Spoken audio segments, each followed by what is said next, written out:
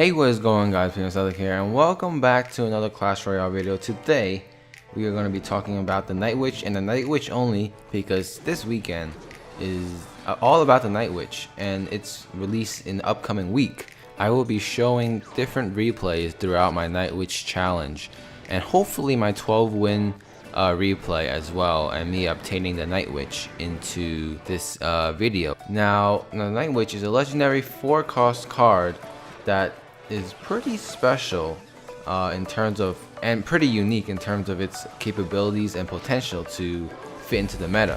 Jumping right into the Night Witch, she spawns 2 bats every few seconds, I believe, maybe 5 seconds, I'm not sure. She spawns 2 bats which travel faster than her, and they spawn faster than the regular witch's skeletons. So that produces more bats over time, regarding that they are both alive at the same amount of time. Now, you gotta be mindful that the Night Witch can take down a tower, a princess tower, by herself with her bats all alone, because when she dies, what makes her unique is that when she dies, she spawns 4 bats in a 360-degree radius, which can surround something and counter stuff, or it can also be a deadly combo to attack and decimate your enemies. So you also have to be mindful that the Night Witch is a combat, like a melee type of unit, as opposed to the regular witch's range spells. So you have to be mindful that she has to be close to the enemy unit to attack, but her bats can fly faster and do some more DPS while the Night Witch travels, since she is a slower unit. You also have to be mindful about her placement, because placement with the Night Witch is very tricky and very hard to master, because different placements can result in different plays, such as if you place her right behind the king's tower, then you will have 1 bat going left with her, or right, depending on which side you put it in, and the other bat will go to the other lane. But if you put it 1 tile over to your side, then both bats will travel along the same lane. And also, if the farther behind you put the Night Witch, the more bats you can potentially build up on defense, and then it will turn to offense, and bats can be very troublesome to handle. And one quick fact about her is that her weapon range is also as long as a prince, which means that is pretty deadly, regarding that she is a melee unit, not a range unit. So let's talk about her potential as a unit into the game. She is a DPS potential with her bats and her staff. She does a decent amount every time she whacks the enemy unit. But her bats are like flying skeletons that can do a lot of damage when built up. They're pretty much, you can build a skeleton army of bats, essentially. But you have to also know that she is not a splash unit like the regular witch.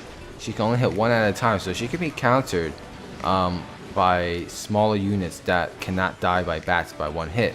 She also has a potential combo with the miner, meaning you can deploy the Night Witch, and while the princess tower is focused onto the Night Witch and she makes her way to the tower, you can deploy a miner, and as soon as the Night Witch dies and blows up 4 bats around her, plus the bats that already have been spawned, the miner can act as a mini tank for the bats, similar to like a lava hound miner combo, but this is a less risky and lower elixir kind of push that can also decimate the tower really quickly. The Night Witch is a card that you must not let to your tower, otherwise she can be deadly very soon and she can do tons of damage to your tower. So using cards to distract and kill her quickly can really benefit you, because all you have to deal with is the bats afterwards. Now, the Night Witch is also a medium health unit, meaning she has 750 health at level 1, I believe, which is mid-tier, similar to barbarians and wizards. They will die from a fireball and log combo, but not a fireball and zap. Let's talk about her combos and her counters. I already talked about her miner combo, but she can also be paired with any tank, such as a giant, for example, a lower elixir tank because the giant can be supported by the bats, and the bats have huge DPS potential, and they can wreck anything in its path, along with the Night Witch whacking their enemy away. Now, although she cannot attack any air units, but her bats can, she can still counter air units despite not attacking any air. Let me give you an example. She can counter a baby dragon, a 4-for-4 trade, but her bats will spawn because the baby dragon will likely kill her, and resulting in that 4 bats will pop up with her already spawned bats. And since when she dies, 4 bats spawn in a 360-degree radius, then the baby dragon cannot kill all of them at once.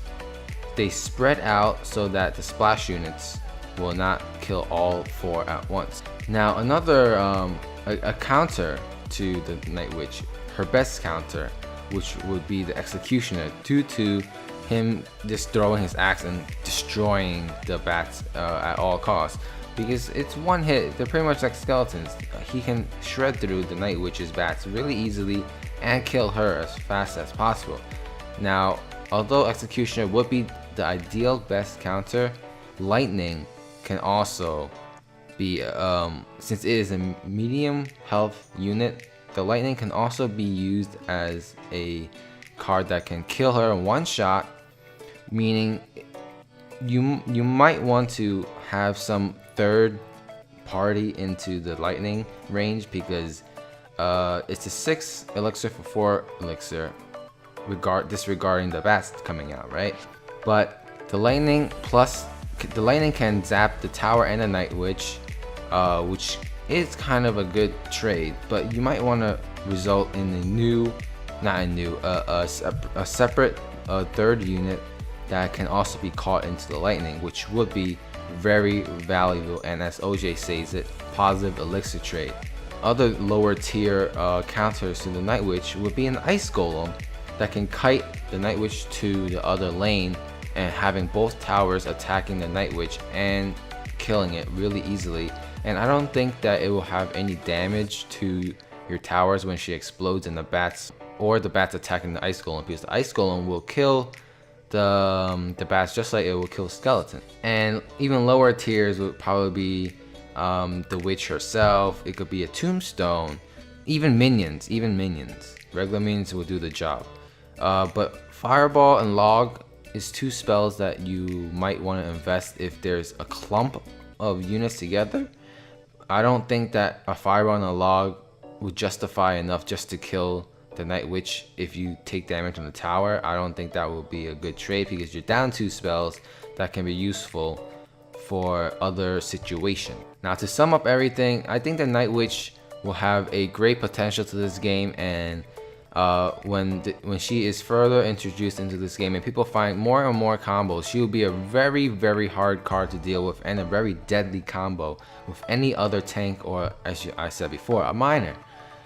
She has a unique set of capabilities that spawns bats around her, which is why she is a legendary, because she spawns bats when she dies.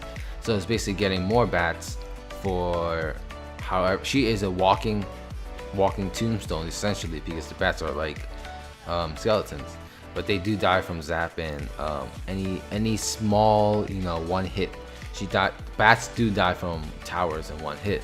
So overall, it is a good card. It will further be a very deadly card in the near future. And I think this will wrap it up for this video. So stay tuned for more videos, and I will catch you all in the next video. Goodbye.